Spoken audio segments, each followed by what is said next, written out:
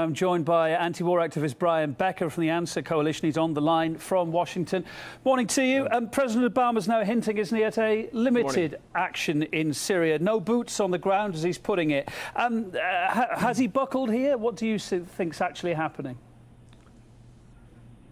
Well, the promise that President Obama is making to the American people is that all the bleeding will be on the Syrian side. We will strike them, we will bomb them, we will drop cruise missiles. But don't worry, Americans, just stay shopping because we won't put boots on the ground. That's just a euphemism for all the bleeding will be done on the other side.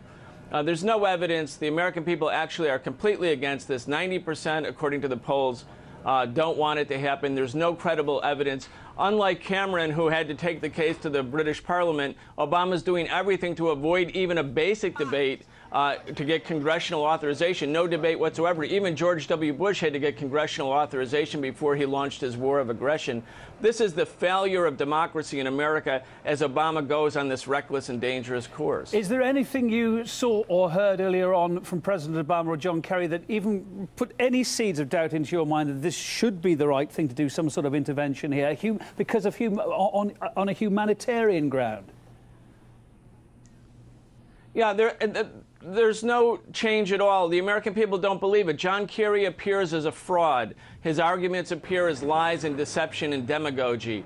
There's no credible evidence. He condemned the Syrian foreign minister for delaying the allowing weapons inspectors into Syria, which of course Syria did not do. They immediately allowed them in. But today, John Kerry said whatever the weapons inspectors say, that's irrelevant because their mission is not to put blame on some side or another side. The United States is talking out of both sides of its mouth. The Obama administration is isolated. They're going to carry out a reckless and dangerous war if they should go ahead. The people in this country are in the streets. All over the country there are demonstrations saying, don't do it. No more wars in the Middle East. But as it stands tonight, what's your gut feeling? Do you think it is going to go ahead?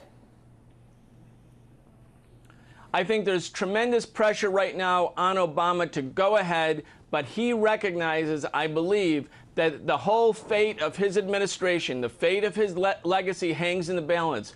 There's no such thing as a limited missile attack against Syria. There's bound to be a blowback for that. There's bound to be an engaged commitment. The United States won't just strike military targets now and then say, okay, we've done our duty, we've had a symbolic attack. This means the United States is committed once again, long-term, to another war in the Middle East. And I think the whole Obama administration's presentation, its historical presentation, and it cares about that, hangs in the balance right now. The American people are really angry. They're telling the Obama administration, don't do it. Well, John Kerry again tonight referred to publicly available evidence stating his case, and yet he doesn't speak too much either, does he, about the numerous online videos allegedly showing Syria's rebels committing atrocities, even allegations of them using, indeed, chemical weapons. He doesn't choose to mention that, does he?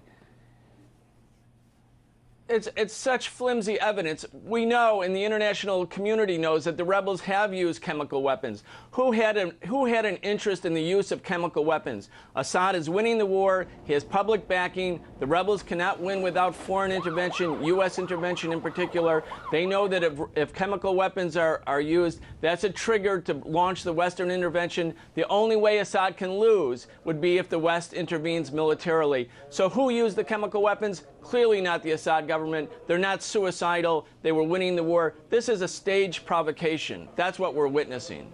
If some sort of intervention goes ahead, of course, Iran is Syria's key ally and Hezbollah is another. Let's talk about the possible ramifications, this blowback that you were talking about. What could happen? Even if it's a short-term wrap across the knuckles, as Obama said. Well, of course, according to the UN Charter, any member state has no right to attack another member state, except in the case of imminent self-defense. That's what Article 51 of Chapter 7 means. It means you have a right to defend yourself. Syria says it will retaliate. Legally, according to the UN Charter, it has such a right. The United States is not threatened by Syria, but Syria is threatened by the United States.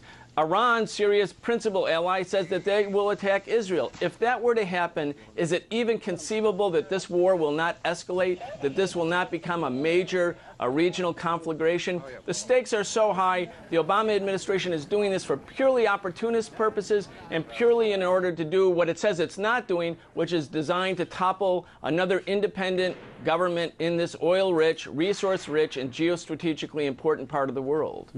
Talking about how this may happen, if it does happen, an intervention, I was talking to a British Conservative MP earlier on who was pro-it for humanitarian reasons. I said to him, well, how can you guarantee that there will be no collateral damage, innocent civilians? He says, well, it just goes with the territory. I mean, we're hoping, I guess, that if this does go ahead, these missiles are precise enough to purely target military installations, but there is going to be collateral damage, isn't there?